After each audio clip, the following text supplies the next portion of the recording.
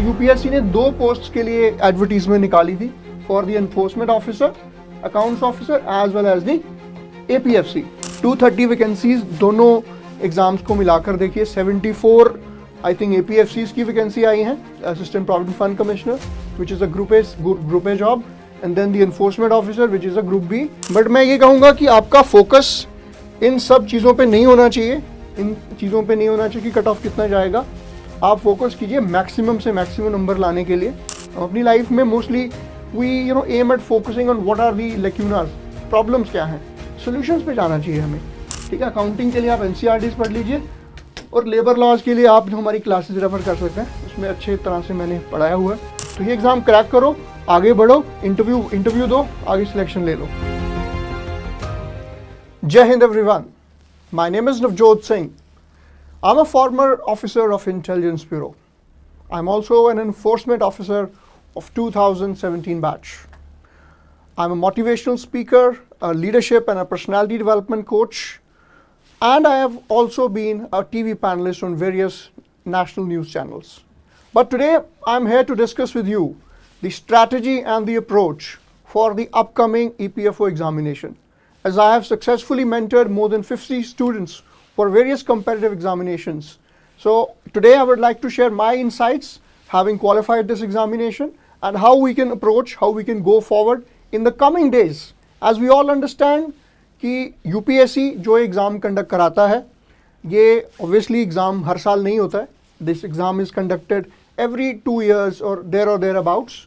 तो this is, I would say, this is one golden opportunity आप सबके लिए to get into one of the premier organizations. And since UPSC is going to conduct this examination, तो आपके लिए obviously the prestige and the pedigree of the examination वो बढ़ जाती है. और मुझे ये उम्मीद है और आई एम श्योर आप इस अपॉर्चुनिटी को अच्छी तरह से ग्रैब करेंगे and you all are preparing well. So let's now go further and discuss the approach and the strategy for this examination. As we see, तो यूपीएससी ने 2 पोस्ट के लिए एडवर्टीजमेंट निकाली थी for the enforcement officer, accounts officer as well as the APFC. Now both these are 2 coveted posts in this organization. So EPFO as an organization आपको पता है ये Ministry of Labor and Employment के under आती है and the mandate is to provide social security benefits to various underprivileged people from various establishments, industrial establishments who have a certain ceiling. 20 से ज़्यादा जहाँ पे employees होंगे वहाँ पे आपका EPF Act अप्लाई हो जाता है. जो मेन मैंडेट अगर हम समझे EPF का, it is to provide 3 flagship schemes हैं. The EPF Act 1952, which largely caters to the Provident Fund. Then we have the EDLI insurance scheme 1976, and then we have the pension scheme EPF 1995. So these initiatives, they actually aim to provide welfare to the last mile, the people who are in the last column, the low hanging fruit of the development. our democratic setup, उसमें जो grass roots पे अगर हम किसी को जो unorganised sector में तो देखिए और भी बुरी हालत है, बट ऑर्गेनाइज सेक्टर में अगर कुछ हम चेंज ला पाएँ, कुछ एफिशिएंसीज ला पाएँ, तो उसमें ईपीएफओ का बहुत हद तक रोल है. कोविड के टाइम पे आई वाज देयर, तो I could see how people who withdraw their advances and वो जो बिल्कुल नौकरियां चली गई, उस वक्त किस तरह से ईपीएफ का रोल काफ़ी अच्छा रहा है. पर्सनली मैं बताऊं कि ऐसे कई वृद्ध महिलाओं की या ओल्ड एज पीपल की पेंशन्स नहीं लगती हैं, उनके थंब इम्प्रेशंस पूरे वेयर आउट हो जाते हैं, तो वहाँ पे आप किस तरह से कुछ मदद कर सकते हैं. So it becomes a wonderful opportunity. So having said that, now our focus, हमारा पूरा ध्यान, अपना पूरा फोकस जो आने वाला एग्ज़ाम है, जो अब डेट देखिए रिलीज़ कर दी गई है 30 नवंबर. तो आपके पास अभी देखिए अक्टूबर का पूरा महीना है, सितंबर का भी almost 20 days of September, 20-25 days, and then another month. So 2.5, I would say more than 70-75 days are there for you to prepare for the examination. और आपको कोशिश करनी चाहिए कि इस वक्त को पूरी सही तरह से आप इस्तेमाल करें. और वैकेंसीज की जहाँ तक बात है, 230 वैकेंसीज दोनों एग्ज़ाम्स को मिलाकर देखिए 74 आई थिंक APFCs की वैकेंसी आई हैं, assistant provident fund commissioner which is a group A job, and then the enforcement officer which is a group B. But obviously the roles and the mandate are more or less similar. APFC is more of a supervisory role. it has a quasi judicial powers as well, but there are certain roles which are more or less same. So this is a good opportunity for you and I am sure आप इसको बढ़िया तरीके से avail करेंगे.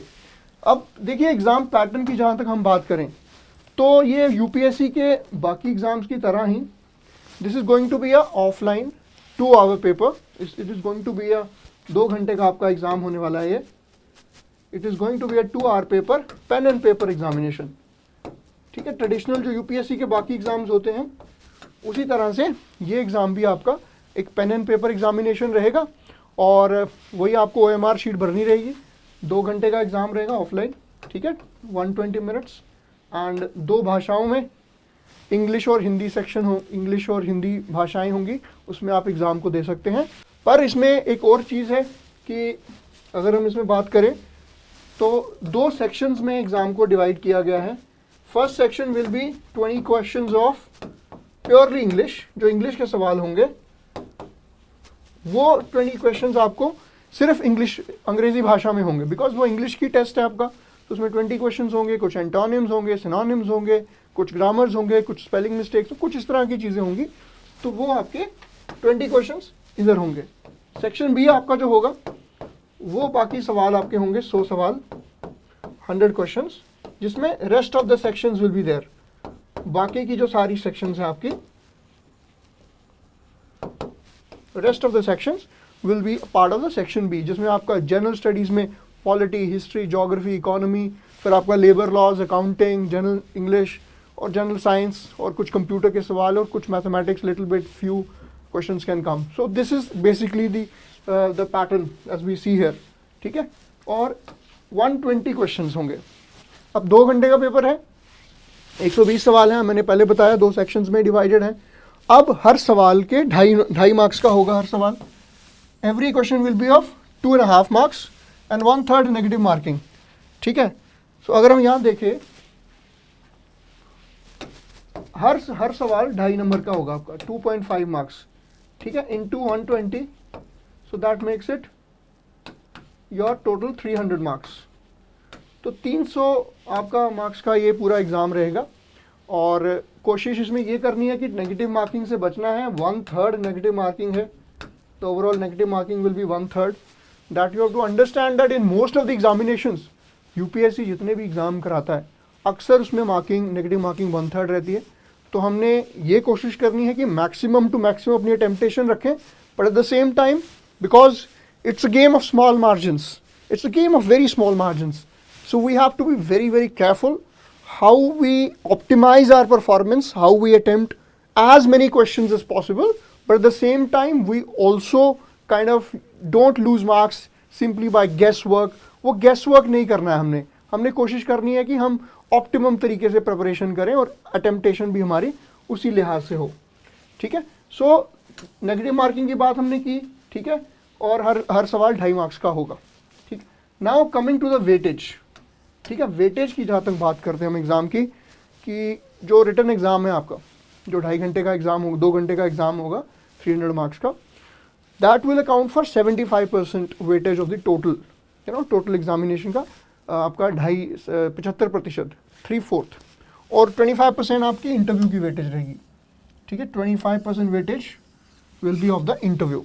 Written cut off generally कहा जाता है कि 50% ऑफ द मार्क्स हैं, हर कैटेगरीज के लिए अलग अलग है. अब let's talk about little about the weightage. जो रिटन एग्ज़ाम है आपका, द रिटन एग्ज़ाम, ये आपका 300 नंबर का होगा. ठीक है, और आपका इंटरव्यू, जिसको आप पर्सनैलिटी टेस्ट भी कहते हैं, that will be close to 100 marks का पेपर. तो टोटल आपके 400 मार्क्स का पेपर होगा ये. ठीक है, और आपको कंबाइंड इसमें मेरिट लिस्ट में आना है. If you come in the merit list in the combined paper, then only you will find your name in the list. अब एक और चीज़ है जो मैं बताऊंगा आपको, how things are that this time the exam is only combined exam, अलग अलग एग्ज़ाम नहीं है. अब यहाँ तक ये जो 300 नंबर का सवाल है, इसमें जैसे हमने देखा कि section wise, category wise cut off रखा है मिनिमम. जैसे अनरिजर्व में आपको 50% जैसे 50% आपको अनरिजर्व में मार्क्स लेके आने हैं, 50%. So what that would mean is you need to get at least 50% marks, 150 out of 300 minimum आपको वहाँ लेके आने हैं. So that is for other categories also. But मैं ये कहूँगा कि आपका फोकस इन सब चीज़ों पे नहीं होना चाहिए, इन चीज़ों पे नहीं होना चाहिए कि कट ऑफ कितना जाएगा. आप फोकस कीजिए मैक्सिमम से मैक्सिमम नंबर लाने के लिए, क्योंकि एग्ज़ाम का पैटर्न इस तरह से होगा और क्वेश्चंस का लेवल, क्वेश्चंस की जो पेडिग्री है, क्वेश्चंस की जो स्ट्रेंथ है और जो डिफ़िकल्टी लेवल है वो उस तरह से होगी कि आप अच्छी तैयारी की होगी तो आप उतने नंबर ले आएंगे, और आपने रिविजन अच्छे से किया, करंट अफेयर्स रिवाइज किया है, so you will be in a relatively comfortable position. Okay, so that should be your approach. Okay, now let's understand about the syllabus of the examination. What is the syllabus? First of all, I told you the first section of the general English. तो general English में आपके basic जो grammar है, basic corrections आ जाएंगी, कुछ may be mistakes होंगी, उनको आप करेक्ट करना होगा. स्पॉट दी एरर का वाला क्वेश्चन हो सकते हैं, कुछ एंटोनिम सिनोनिम होंगे. तो अगर आपकी अंग्रेज़ी तकरीबन अच्छी है तो I am sure you will be able to do very well in this section. And I would advise you कि इसमें आपका स्कोर 20/20 होना चाहिए. इसमें आपको ऑप्टिमाइज़ करना है. यहाँ पे आपको जो कट ऑफ क्लियर करने के लिए आपका जो अपॉर्चुनिटी है, 20 में से 20 नंबर आप इस सेक्शन में लेके अवश्य आइए. Get 20 out of 20 marks in this section. Now moving on to the next section, Indian freedom struggle. Now this becomes very important. Particularly those candidates जो सिविल सर्विसेज की तैयारी कर रहे हैं, उनके लिए ये थोड़ा सा इजी रहेगा, बिकॉज मल्टीपल टाइम्स आपने अभी जस्ट प्रीलिम्स भी दिया होगा, कईयों का मेंस, कई लोगों ने अभी मेंस भी दिया होगा सिविल सर्विसेज का, और कई लोगों का जिनका नहीं भी क्लियर हुआ होगा, तो उनकी भी तैयारी जनरली जीएस की अच्छी रहती है. तो फ्रीडम स्ट्रगल में आपको बेसिक फोकस यही करना है. 1857 ऑनवर्ड्स आप देख लीजिए और कांग्रेस के मेजर सेशंस पढ़ लीजिए बढ़िया से. Also focus on the reign of the viceroys. कौन कौन से वॉइस रॉय के टाइम पे कौन कौन सी मेजर लेजिस्लेशंस पास हुई है, जैसे 1904 universities act, what about Lord Curzon का उस टाइम पे, वो सारी चीज़ें आप थोड़ी सी देखिए. पार्टीशन ऑफ बंगाल कब हुआ, किसके रीन में हुआ. Then also understand about the moderate phase of the Congress and the extremist phase, how going forward things changed, 1907 split and how that lessons were learned. 1916 mein Lucknow pact happened, how things started converging again and Congress started to restructure itself. Tilak now adopted a new strategy, his home rule league, Annie Besant's home rule league. Gandhi entered the scene, but then he was silent till some time. He started his campaigns in 1917, Champaran, Kheda, Ahmedabad, वो सारा कुछ हुआ. फिर 1920 से कैसे वो संघर्ष शुरू हुआ, नॉन कॉपरेशन मूवमेंट शुरू हुई, how the things started to move further, how now the Gandhian phase of struggle till the independence started to happen. What are the various strains, sub narratives happening? What about the revolutionary terrorism जिसको हम कहते हैं, या revolutionary zeal जो थी, Surya Sen in Bengal, Bhagat Singh and his comrades in Punjab and Northwest region, how HRA became HSRA in 28. What about the various acts, Morley Minto, Government of India Act 1919, the Montagu-Chelmsford. What happened with the Simon Commission, 3 roundtable conferences, 1929 session. Then what happened with the the civil disobedience movement. It is said that the Dandi March organized by Mahatma Gandhi was the replica of the Boston Tea Party. That was जिसमें वो Boston Tea Party में क्या किया था, उन्होंने ship पूरी उलट दी थी समुंदर में, चाय की भरी हुई, चाय की पत्तियों की भरी हुई पूरी ship as a protest. So with a handful of salt, Mahatma Gandhi did the same. So he was a great strategist, a master at his own craft, who perfected his techniques of satyagraha and non-violence, all of those things. And moving further, what happened 1937 to 39 Congress ministries, 1940s onwards, what happens, all of these things, a brief idea. I'm just trying to make you understand what are the things that you should be focusing on. So Indian freedom struggle पे ये major चीज़ों पे focus कीजिए. 1940 से 47 में developments हुई, उन पे फोकस कीजिए. August offer, then Cripps India, then what about the Lord Mountbatten plan, the Cabinet Mission plan, and finally the Independence Act. किस में पाकिस्तान का जिक्र हुआ, किस में नहीं हुआ, तो फाइनली इंटरिम गवर्नमेंट के कौन कौन मेंबर्स थे. These are the things that you should majorly focus on. ठीक है. So I think with that regards you should be able to gain a lot of traction with respect to your Indian freedom struggle. Then comes the very important thing, the current events and development issues. तो I would say एक साल का current affairs आपको करना चाहिए इस जनवरी से भी अगर आप स्टार्ट करते हैं. So we are also covering, I am also taking your current affairs classes. तो आपने कोशिश करनी है कि उन करंट अफेयर्स क्लासेस को आप फॉलो कीजिए. इसके अलावा भी अगर आप कुछ अपने लेवल पे भी कर रहे हैं उसको इंटीग्रेट करके पढ़े. और पिछले एक साल की जो मेजर इवेंट्स हुई हैं, अब इस साल में major event, see this year has been an year of tumult. What has been happening, even yesterday only we have been seeing what happened in Nepal. Nepal में क्या सिचुएशन क्रिएट हुई है. I mean, a lot of unrest. Before that, what was happening between India and Pakistan? The Operation Sindoor, post Pahalgam. What happened in the Middle East? What happened with Iran and the Israel turning heads, enraging in that war, and how B-2 bombers were put in the, that Fardo, Natanz, and there was this Asfahan sites. इसमें फिर याद क्या करना है आपको? आपको ये exam में क्या पूछेंगे? The following things, Asfahan, Natanz, and Fardo, which were in news recently, are located in which part of the world? तो उसमें 3 ऑप्शन दे दिए जाएंगे. तो ईरान में लोकेटेड है. Similarly, what is the equation with the Ukraine war में क्या situation emerge हो रही है ना. Now the latest dynamic, the tariff war against India, China, Russia, and in the the American context, what is happening with the RIC block emerging. तो ये major चीज़ों को आपने किस तरह से कॉन्टेक्स्ट में आप डालेंगे, that is going to give you a lot of perspective. So try to watch closely what is happening in the domestic level, like the floods are happening. Maybe you should read more about the various tributaries of various rivers that cause flood.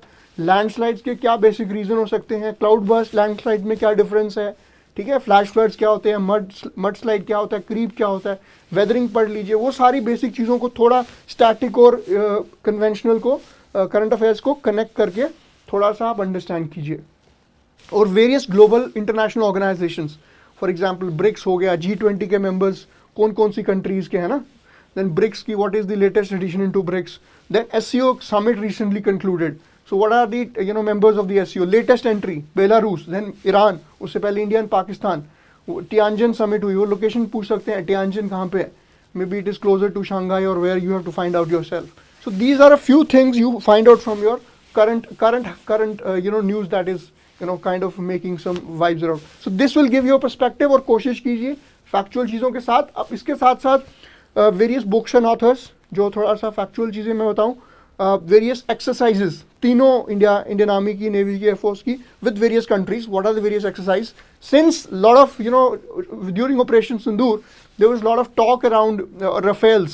So India की defence procurement policy, ठीक है, committees कौन सी हैं आपकी, DV शेखरकर committee है, Kargil review committee है, उन committees के बारे में आप बात कीजिए, थोड़ा सा पढ़ लीजिए उनकी main recommendation, quickly can go through. Then what are the various, India में 5th जनरेशन फाइटर जेट्स हम कब प्रोक्योर करेंगे, या चाइनीज़ मिसाइल टेक्नोलॉजी कौन सी है. हम तो सिर्फ S-400 के बारे में बात करते हैं, but there are other things also, are L-7 guns, and then we have Akash Tir system, how that the integrated command and control center, it kind of worked out, and how these things are moving forward. Atmanirbhar Bharat in defense, and what is India's various trade deals with, defense trade deals with various countries, कितना India कहाँ से import करता है. तो वो सारी चीज़ें. About the oil thing, Venezuela, Saudi and Iran, the top 3 producers of crude oil, और इंडिया का किसके साथ कितना trade. What about the strait of Hormuz, that was also in the news, ठीक है. So about the Donbas region, then the region which was mostly in conflict, Black Sea grain initiative. Then go further north, you have the Nord Stream 1 and 2, they were like kind of taken out. So and INSTC, then the India Middle East economic corridor. So all of these things I would say you should focus on, build a perspective and revise them, make short notes. That's how you go further. So this is about the current affairs. Now again, polity and economy. See, polity, I would say you should not miss out even one question on polity, starting with your fundamental rights, DPSPs, your duties, your office of the president, vice president. Since Shri VP Dhankar साहब अभी resign किया उन्होंने on health grounds, तो around vice president what are the various, कि vice president resign करते हैं तो क्या होता है, गवर्नर को लेके क्या प्रोविजंस हैं, लेफ्टिनेंट गवर्नर में क्या डिफरेंस है, प्रेसिडेंट गवर्नर का रोल क्या है. Then what is the parliament के वेरियस कमेटीज़ को आप पढ़ लीजिए, एथिक्स कमेटी न्यूज़ में रहती है अक्सर. इसके अलावा you also focus on the judiciary of India. India's judiciary, Supreme Court, High Court, then subordinate courts, then your Panchayati Raj systems, urban local bodies, all the various finance commissions or election commission, छोटी छोटी आपकी commissions हैं, statutory, constitutional, non-constitutional, all of these bodies you have to go through.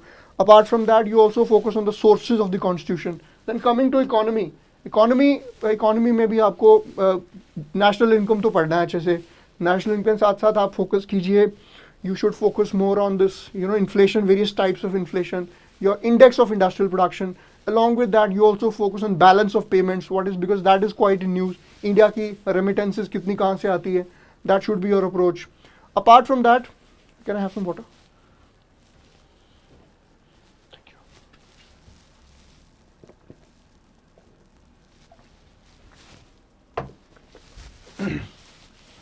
अब इसके बाद देखिए ये चीज़ें थोड़ा सा आप ध्यान में रखेंगे. अब GST has been GST law has been reviewed. जो टैक्स स्लैब्स हैं उसको थोड़ा सा रैशनलाइज किया गया है. आप उसमें पढ़ लीजिए कि GST का स्ट्रक्चर क्या होता है, GST काउंसिल के चेयरमैन कौन होते हैं, फाइनेंस मिनिस्टर होते हैं, what is the article, all of these thing, little nitty-gritties, go through them. ठीक है. अपार्ट फ्रॉम दैट आपका बेसिक जो सेक्टर्स ऑफ इकोनॉमी है, मैन्युफैक्चरिंग हो गया, सर्विसेज सेक्टर हो गया, एग्रीकल्चर हो गया, उन पे थोड़े से डायनामिक्स पढ़ लीजिए. और RBI का बैंकिंग सेक्टर के बारे में पढ़िए, cooperative banks, then urban cooperative banks, then you talk about the commercials, then the fiscal and the monetary policy, CRR, SLR, ये सारी चीज़ें आप थोड़ी सी quickly revise कर लीजिए. That is what is going to hold you in good stead. Apart from that, these two components, general accounting principles and labor laws and industrial relations, these will hold the key with respect to the upcoming examination. Because see, this is the core expertise. This happens to be the core expertise that is needed in this examination. अब ये सारी चीज़ें जो हम बाकी बात करेंगे, ये आप बाकी एग्जाम्स के लिए भी पढ़ते हैं. सिविल सर्विसेज एस्पिरेंट्स तो मोस्टली ये उनके ये स्ट्रेंथ एरियाज होते हैं, पर लेबर लॉज भी पढ़ते हैं वो, बट उतनी स्ट्रेंथ में डेप्थ में जाके आप नहीं पढ़ते हैं. और accounting particularly if you don't have an accounts background तो थोड़ा सा आपको वहाँ पे एफर्ट डालना पड़ सकता है. So I have taken those classes also. Labour laws industrial relations की सारे सेशंस मैंने लिए हैं, आप उन सेशंस को फॉलो कीजिए. उसमें डिटेल में मैंने डिस्कस किया है. I have covered almost everything from trade disputes act and all of those maternity benefit act, industrial disputes, वो सारी चीज़ें मैंने डिटेल में कवर की हैं. तो आप उसको फोकस कीजिए, ध्यान से पढ़िए कैसे labour is a part of the concurrent list and what are the provisions. जो चाइल्ड लेबर को लेके एडोलेसेंट की डेफिनेशन क्या होती है, 14 से 18 साल के बच्चे, more than 15 and less than 18, वो सारी चीज़ें, कितने घंटे काम करने के बाद ब्रेक लेनी चाहिए, ब्रेक देनी चाहिए एक चाइल्ड लेबर को, कितने बीच में, जैसे 4 घंटा 4 आवर्स एंड 1.5 कुछ ऐसे आप चेक कीजिए पूरे लेक्चर्स में, वो डिटेल में मैंने उसको डिस्कस किया है. Apart from that what are the safety provisions. Wages को लेके मिनिमम वेजेस एक्ट है, ठीक है, मिनिमम वेजेस को लेके कुछ प्रोविजंस हैं, सोशल सिक्योरिटी को लेके कुछ प्रोविजंस हैं. देन उसके साथ साथ आप उन चीज़ों पे भी फोकस कीजिए, particularly if I want to say about the welfare, like the 3 laws, जो अपने 3 लॉज हैं जिन पे EPFO जिस पे मैंडेट काम करता है. आपका EPF act, employees provident fund and miscellaneous provisions act 1952, 1976 act EDLI insurance वाला, और आपका 1995 वाला pension scheme EPS, Indian employees pension scheme. फिर आप ये भी पढ़िए कि CBT का स्ट्रक्चर क्या होता है, जो EPF का जो स्ट्रक्चर होता है वो क्या होता है. तो ये चीज़ें थोड़ी सी फोकस कीजिए. फिर आपके 4 लेबर कोड्स हैं, वो भी मैंने डिस्कस किए हुए हैं, तो वो आप उन लेक्चर्स को भी आप देख सकते हैं. So this will help you get a perspective. और मैं ये कोशिश करूँगा कि यहाँ पे आपका around I think 25 to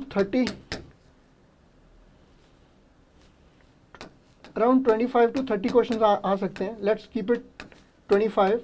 25 question भी यहाँ से आते हैं, तो आपका ये मेक और ब्रेक सेक्शन बनता है. ठीक है, तो आपने ये कोशिश करनी है कि इस पर आप थोड़ा सा एक्स्ट्रा अगर ध्यान देते हैं, if you give an extra bit of effort in this, I am sure you will be able to do very well. तो ये आप अकाउंटिंग के लिए आप NCERTs रेफ़र कर सकते हैं, अकाउंटिंग की NCERTs, और प्लस कुछ क्लासेस होंगी वो भी आप रेफ़र कर लीजिए. इस तरह से अगर आप अप्रोच करेंगे तो आई एम श्योर आप अच्छा मतलब तरीके से इसमें ये, लेकिन आपको लाइटली नहीं लेना है.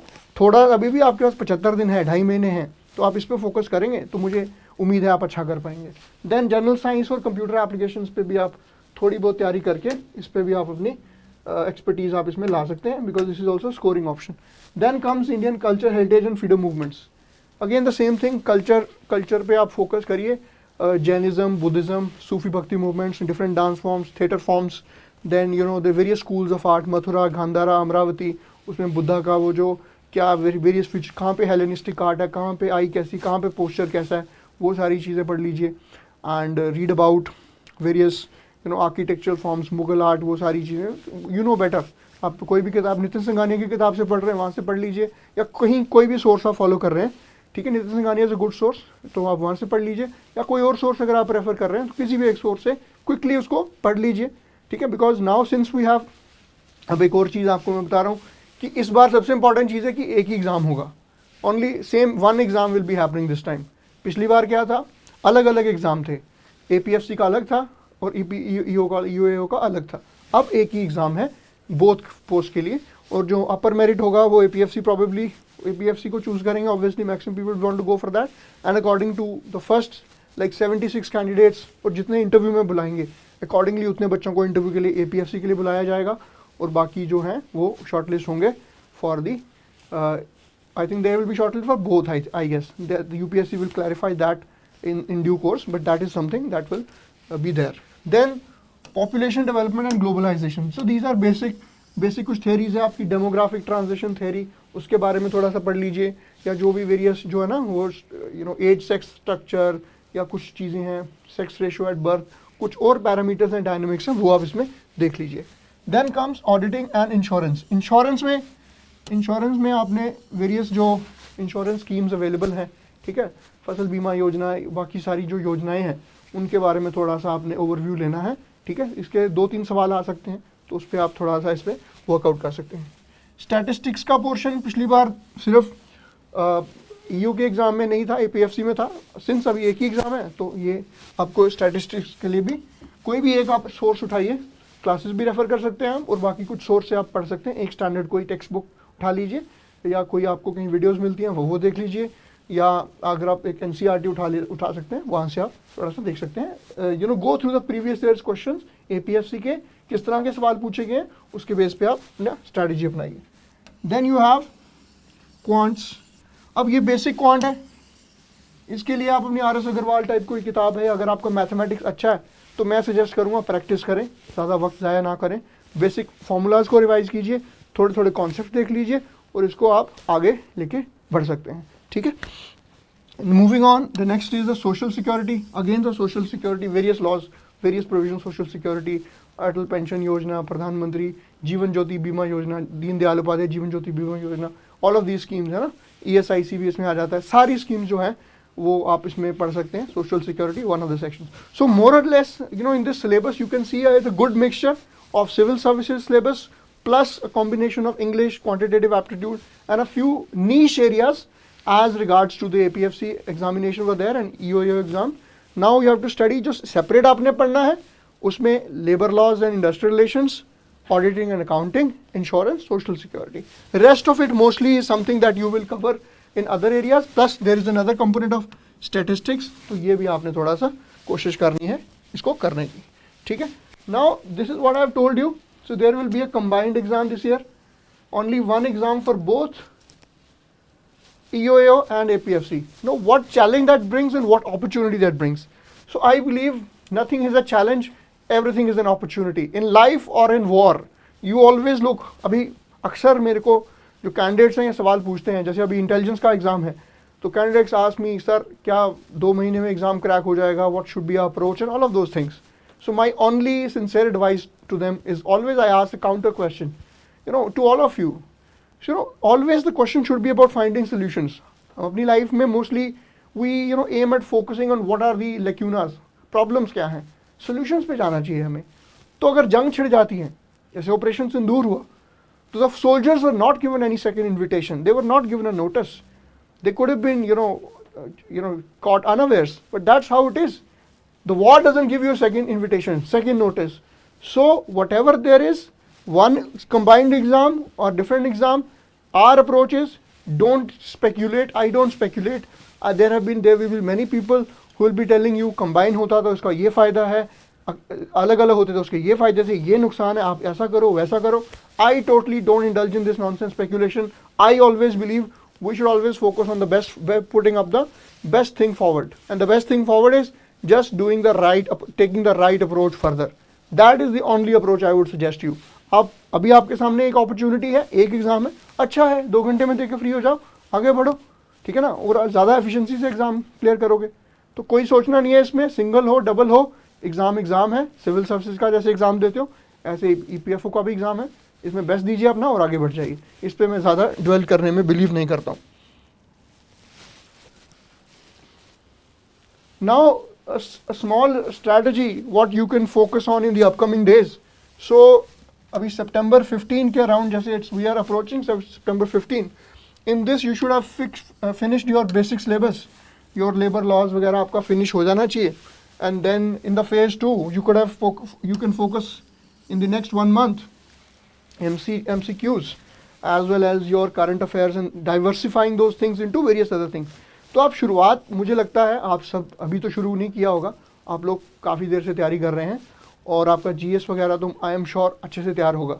बस आप लोग अभी इसको थोड़ा सा गार्निशिंग करने का वक्त है, अभी थोड़ा फाइन ट्यूनिंग करने का वक्त है, थोड़ी स्ट्रैटेजी सही अपनाने का वक्त है। उसके लिए आपने क्या करना है, कोशिश इतनी करनी है, करंट अफेयर्स आप एकदम बढ़िया से कर लीजिए और लेबर लॉज और इंडस्ट्रियल रिलेशन अकाउंटिंग पे थोड़ा ज़्यादा फोकस दीजिए, because there will be something may be you will be reading for the first time, so it will need more multiple revision. Sometimes you're revising again and again gives you that extra edge. Recall value बढ़ जाती है, तो recall value बढ़ाने के लिए हमें क्या करना है, हमें multiple revisions देनी है। तो कोशिश कीजिए, अगर labor laws industrial relations नहीं किया है तो उसको आप थोड़ा जल्दी से ख़त्म कीजिए। Try to work on that and try to work on finishing that as soon as possible. And at the same time, आप जो अपना पहले पढ़ चुके हैं GS, allocate some time to that also for your revisions. ठीक है? Then in the final phase, you can solve previous year questions, take some mock tests and fine tune your strategy. अपनी test taking strategy को भी fine tune करना है, क्योंकि देखिए 120 सवाल हैं 2 घंटे में, सिविल सर्विसेज में 100 सवाल होते हैं। तो एक और चीज़ मैं बताऊंगा कि जब आप OMR पढ़ते हैं, वैसे हर बंदे की अलग स्ट्रैटेजी होती है। आई यूज्ड इस, आपको कोशिश करनी चाहिए कि आप जैसे आपने एक पेज पे 5 से 7 सवाल हैं, उसमें आपने अच्छे से एनालाइज किया, आपने 2-3 सवाल सॉल्व कर लिए। अब जो क्वेश्चन आपको 100% लगता है कि इनका आंसर मेरे को पता है और यही आंसर है, उनको मैं कहूँगा तभी OMR पे मार्क कर दीजिए, क्योंकि नेक्स्ट टाइम पे वो टाइम आपका वेस्ट करेंगे। आप फिर से सोचोगे, जब पूरा सर्कल फर्स्ट आइट्रेशन के बाद वापस आओगे तो आपको लगेगा यार इसका आंसर यही था क्या, आप फिर से चेक करोगे थोड़ा, तो फिर से चेक करने में 30 सेकेंड्स भी ज़ाया होंगे, तो ऐसे 10 क्वेश्चंस में आपके 3 मिनट ज़ाया हो जाएंगे, तो कुछ नुकसान हो सकता है। तो कोशिश कीजिए जिस पे 100% श्योर हो आप कि this is the only answer, उसको मार्क कर दीजिए। ऐसे जब आप 120 सवाल में जाओगे तो could be possible that 40-50 questions आपके ऐसे अटैम्प्ट हो जाएंगे जो मोर और लेस आपको 100% श्योर होंगे। And try to do this exercise in 1 hour 15 minutes में आप फर्स्ट आइटरेशन कंप्लीट करें। कोशिश कीजिए कि 1 घंटा 15 मिनट तक आइटरेशन फर्स्ट कंप्लीट करें। सेकेंड आइटरेशन में आते हैं जब, तो थोड़े से जो स्लाइटली डाउटफुल थे, जिनमें आपको था कि you are slightly little you wanted to give a closer look, तो उसको आप सेकेंड आइटरेशन में करें। थर्ड आइटरेशन में आप वो सवाल करें कि जो आपको बिल्कुल लगता है कि मेरे को शायद उसमें बहुत कम सवाल होने चाहिए, जिसमें आप बिल्कुल थोड़ा सा इन्फॉर्म्ड गेस ले सकते हैं, but that number should be very less. So that should be, थोड़ा अर्जेंसी के साथ भी अटैम्प्ट करना जरूरी है, क्योंकि 2 घंटे पता नहीं चलते हैं। 120 question is a big number, ठीक है। एंड फाइनली एंड में आप रिविजन्स करते करते एग्जाम के तरफ अप्रोच करें इन towards the last 2 weeks, multiple revisions. Now I would suggest अगले एक महीने तक 15 अक्टूबर तक आपका अगर कुछ बचा है पढ़ने वाला कुछ बचा है, उसको निपटा दीजिए, उसको फिनिश कर दीजिए। Revise as quickly as possible, complete the unfinished business, whatever new things you need to study. Next 1 month should be your war zone में जाना आपको। You should go into a mission mode strategy. That is what you need to approach. And इसके बाद वो कहते हैं ना, and bring that passion inside you. Always take this opportunity. And I always believe in inculcating the spirit amongst the youth that the exam qualify करके आप अफसर नहीं बनते हो. You don't become an officer after qualifying the examination. It is the officer in you that you chisel during the preparation. You fine tune your skills. You develop those qualities worthy of being an officer in the government of India. And the process of qualification takes care of itself. That's what I suggest you. Behave like one in your private space as well. Publicly also behave in a very gentlemanly conduct, gentlewomanly conduct, and become a person worthy of serving in the service of India. So that should be your approach more or less. ठीक है. And अभी ये daily routine की थोड़ी सी strategy अगर मैं बात करूँ तो आई थिंक ये सबका अलग अलग होता है. आप मॉर्निंग में कोशिश कीजिए कि जो आपका टफ वाला कंपोनेंट हो सकता है आप उसको अटैक कर सकते हैं. You try to take the take the bull by the horns, take the always. एक ये एग्जांपल दिया जाता है अक्सर कि जो कैटल होती है, कैटल वो गाय या भैंस होगी, वो ना जब तूफान आता है तूफान से दूर भागते हैं वो. सो तूफान उनकी तरफ भागता है, तो जितना वो दूर जाएंगे तो तूफान से निकलना तो पड़ेगा उनको, भाग तो सकते नहीं है. तो तूफान से जितना दूर भागेंगे तो तूफान के साथ उनको डील करने का वक्त बढ़ जाता है. दूसरी तरफ बुल का क्या तरीका होता है, वो तूफान की तरफ भागता है, वो तूफान की तरफ भागेगा, तूफान भी उसकी तरफ आ रहा है. आप पूरा वो जो ट्रेन वाला एग्जाम्पल यूज़ करें, स्पीड बढ़ जाती है ना, तो वो जो वक्त होगा आपका तूफान से डील करने का वो कम हो जाएगा. So always take the bull by the horns, always take the difficult task first, finish them off and then move forward.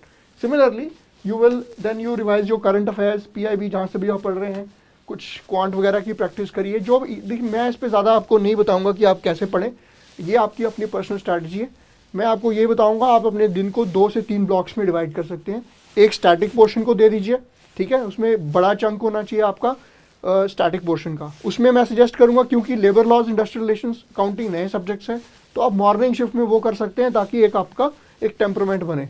फिर आप पोस्ट लंच आप कर सकते हैं अपना GS की रिविजन, GS बाकी करंट अफेयर्स, और शाम को बिफोर यू वाइंड अप थोड़ा सा मैथ्स रीजनिंग की प्रैक्टिस कीजिए और आगे बढ़ जाइए. ज़्यादा कॉम्प्लिकेट नहीं करना है, सिंपल रखना है चीज़ों को. जितना सिंप्लिसिटी रखोगे, और ये कोशिश करनी है कि आगे नहीं सोचना है कि एग्जाम होगा कि नहीं होगा. Always focus on the process. Process is the key. Results are immaterial, results take care of themselves. Even if you prepare your best, success is not guaranteed. Always keep that in mind. वही Buddhism theory, it comes forward, the Shanikvad, the theory of Shanikvad. Nothing is permanent. So remember the theory of impermanence.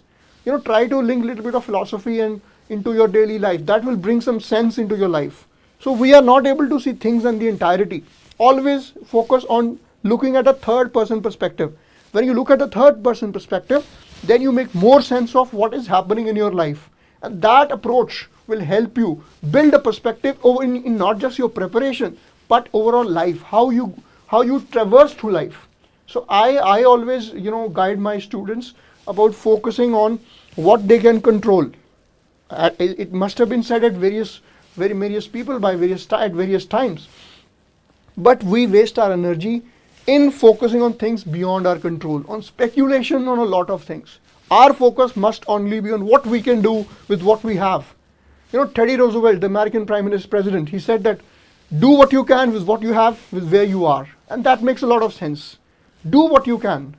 Try to find solutions. Always be a part of the solution. Problem solvers, civil servants or change makers, they always look at solving problems and not looking at the problems. Solve them. Try to find a solution. That's how we move forward. तो इस approach से आप आगे बढ़िए. अगले 2 से 2.5 महीने हैं जो 75 दिन प्लस बचे हैं आपके पास.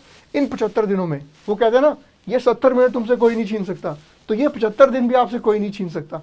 मैटर क्या करता है, आप इसको स्पेकुलेशन में, वरी में, एंजाइटी में, कंफ्यूजन में निकालते हो, या इन 75 दिनों में you put in your best foot forward, you channelise your inner energy to hunt down your goals, attack your goals, chase them, be a warrior. Don't get into worry.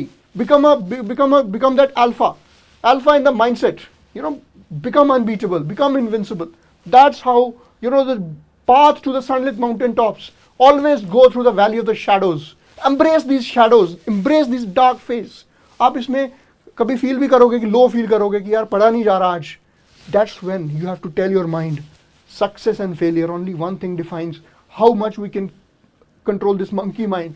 पढ़ रहे हो गए, दिमाग में आएगा यार उस दोस्त ने ना मुझे कुछ गलत बोल दिया था, उस दिन मैं लड़ाई नहीं कर पाया, उसको जवाब नहीं दे पाया.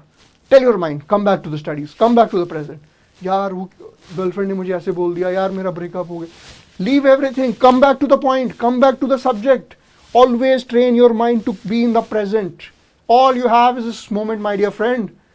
That is where you should live. Don't live in the past, don't fascinate about the future. Come to the now, the power of now that is what you have to understand.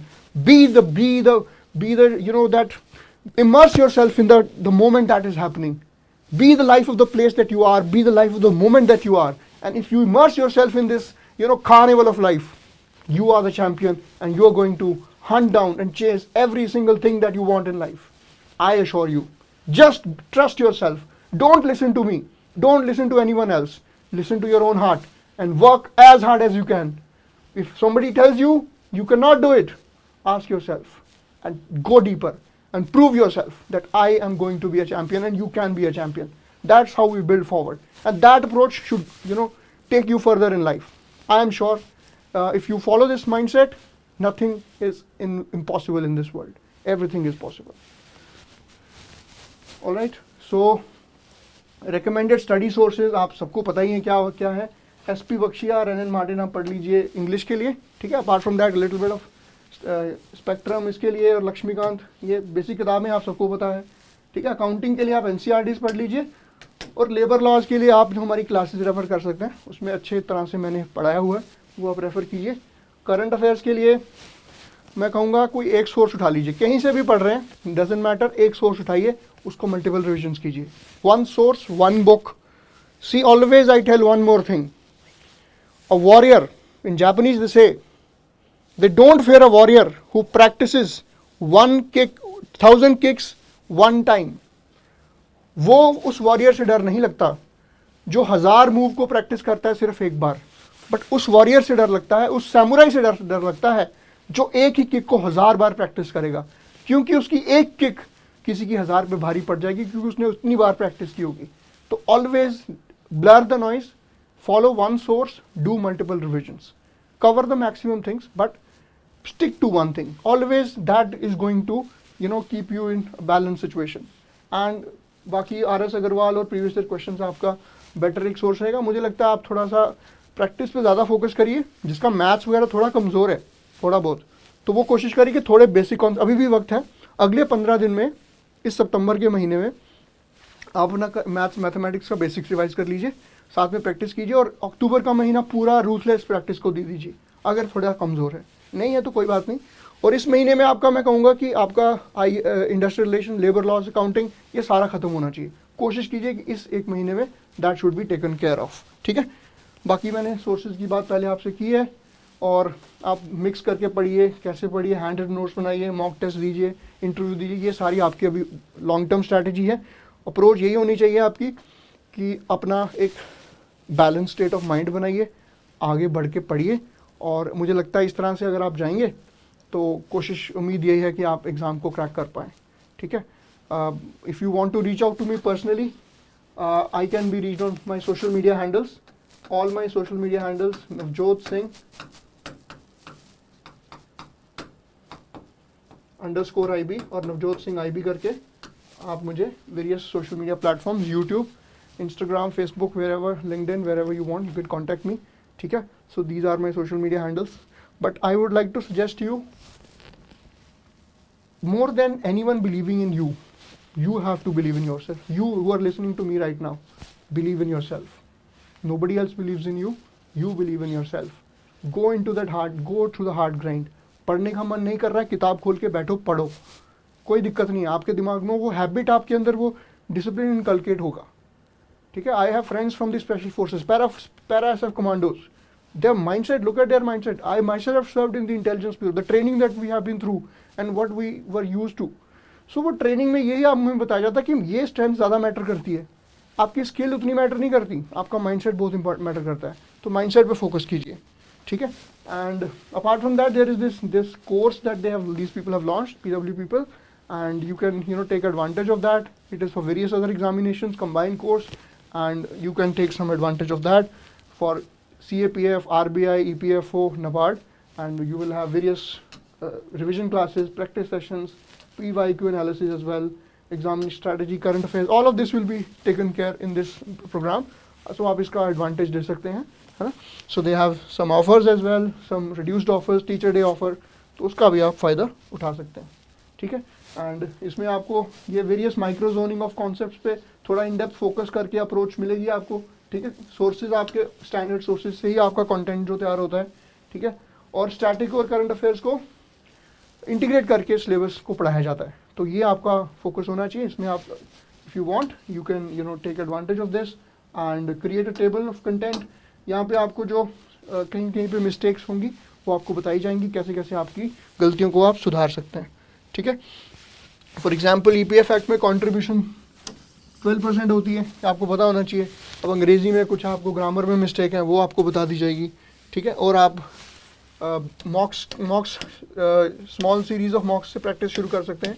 ज़रूरी नहीं कि आप full length मॉक्स लें, आप छोटे छोटे sectional test लेके भी अपनी स्ट्रैटेजी को फाइन ट्यून करें। वीकली रिवीजन से आप अपने एरर्स को भी कम कर सकते हैं। तो this is overall their strategy how things can be improved. ठीक है, आपको वो मैट्रिक्स एक दे दिया जाएगा कैसे आप अपनी प्रोग्रेस को ट्रैक कर सकते हैं एंड एग्जाम डे को सिचुएशन को सिमुलेट करेंगे through online test, mock test and mentorship, all of things. ठीक है, I am also available to you at every step of the way. So this is how we can go further with this exam preparation. That's my suggestion to you guys, that try to make this opportunity yours. अगर आप civil services के लिए तैयार कर रहे हैं, next year I think मई और जून में एग्जाम होगा। ठीक है, जिनका अभी मेंस दिया है, जिन्होंने अभी करने को कुछ नहीं है, बिकॉज इंटरव्यू के लिए आप तैयारी कीजिए, but next 2 to 3 month you should take advantage of this opportunity. ठीक है, और जिनका प्री नहीं हुआ था उनके लिए ये एक इंसेंटिव होना चाहिए कि चलो प्री नहीं हुआ था, मैं ये एग्ज़ाम क्रैक करूँगा, ये एग्ज़ाम क्रैक करूँगी, तो ये एग्ज़ाम क्रैक करो, आगे बढ़ो, इंटरव्यू दो, आगे सिलेक्शन ले लो। तो that is should be your approach. I personally train candidates for personality development interviews for various corporate events as well as various other government examinations. Even civil services I've taken various candidates. ठीक है, तो आप कोशिश करनी है आपने कि पहले अभी इंटरव्यू पे ज़्यादा नहीं फोकस करेंगे, आप अपनी पर्सनैलिटी डेवलपमेंट पे फोकस कर सकते हैं। क्योंकि मैं मानता हूँ इंटरव्यू की तैयारी आपकी इंटरव्यू जब कॉल आती है तब नहीं होती है, आपकी तैयारी बचपन से ही शुरू हो चुकी होती है। आपकी पर्सनैलिटी एक सांचा बन गया होता है, उस सांचे को फाइन ट्यून करने की ज़रूरत है। वो फाइन ट्यून करने की आपको अभी से कोशिश करनी चाहिए। आप किसी से कम्युनिकेट करते हैं, how you communicate, how you go forward, that is the approach that you should you need to imbibe yourself. So thank you friends, this is me Navjot Singh.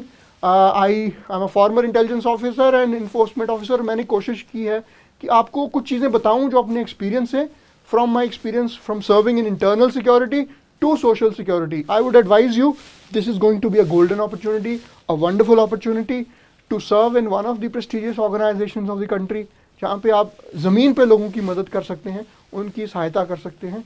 तो पढ़िए, मन लगा के, जोर लगा के पढ़िए और देश प्रेम की भावना से पढ़िए, क्योंकि वही भावना से अगर आप आगे बढ़ेंगे तो देश हमारा आगे बढ़ेगा। थैंक यू सो मच, जय हिंद।